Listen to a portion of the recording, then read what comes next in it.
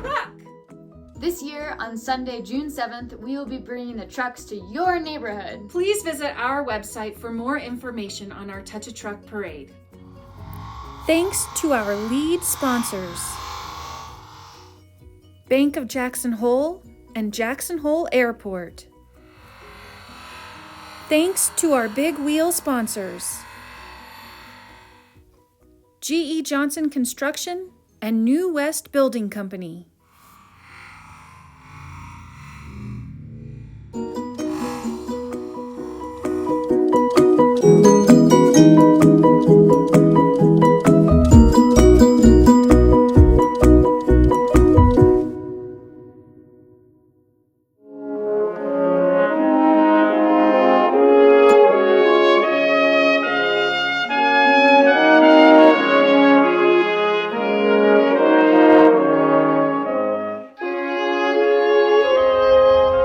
Hello, my name is Dave Marr. I'm maintenance officer for Jackson Hole Fire EMS.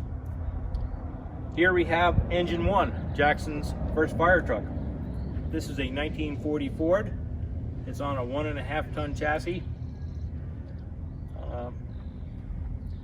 There's a story that says this truck was won in a card game. I can't corroborate it, but that's a romantic beginning for this truck. Has a V8 engine, a 4-speed manual transmission. It has about a 550, 600 gallon water tank and a 50 gallon foam tank. It has a foam ejector.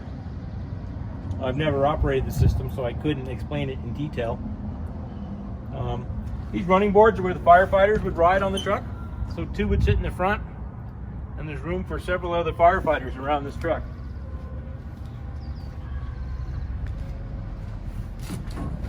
Must have been a lot of fun heading to the fire in a snowstorm.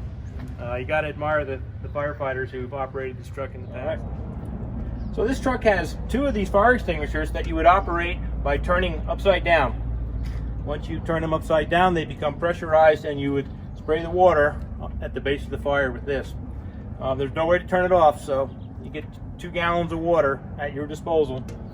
After that, it needs to be recharged back at the firehouse, serviced by the firefighters. The back of the truck has a hose reel. You can put 200 feet of hose on there. Back in the day, they called that a booster reel.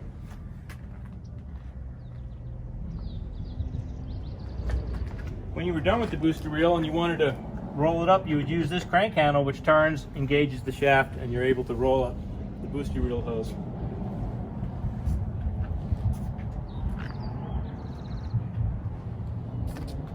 There's mounts here for firefighter axes and other tools. The firefighters would use that spotlight to point at the smoke of the fire so they could see how the fire was behaving.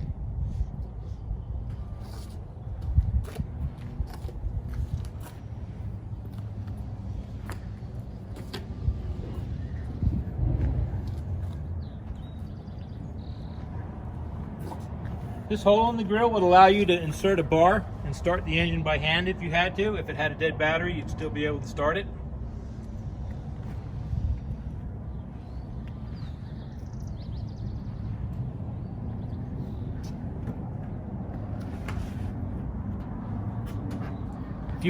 If you took this truck to a fire, you would roll up on scene, set the park brake, get out, chock the wheels. Then you would engage the pump from road to pump with this handle, and you would put the transmission in 4th gear and operate the pump that way. Here's the pump controls. You'd be able to charge and relieve discharges on this vehicle.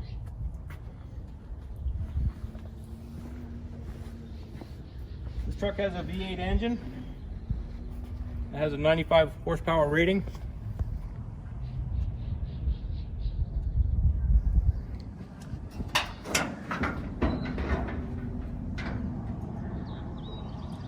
After the fire engineer arrived on scene and he established pressure in his pump, he would regulate the pressure by turning this governor, which is attached to the engine's throttle.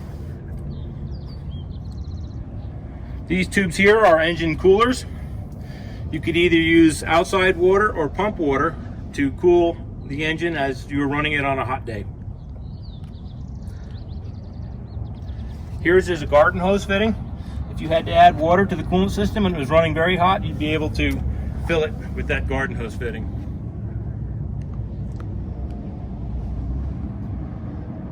It's a 6-volt system. It has a siren on here.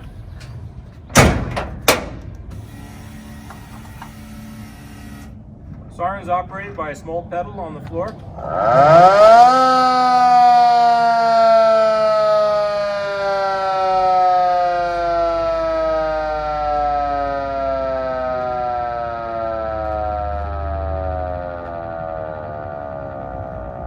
The odometer on this truck shows 6,815 miles.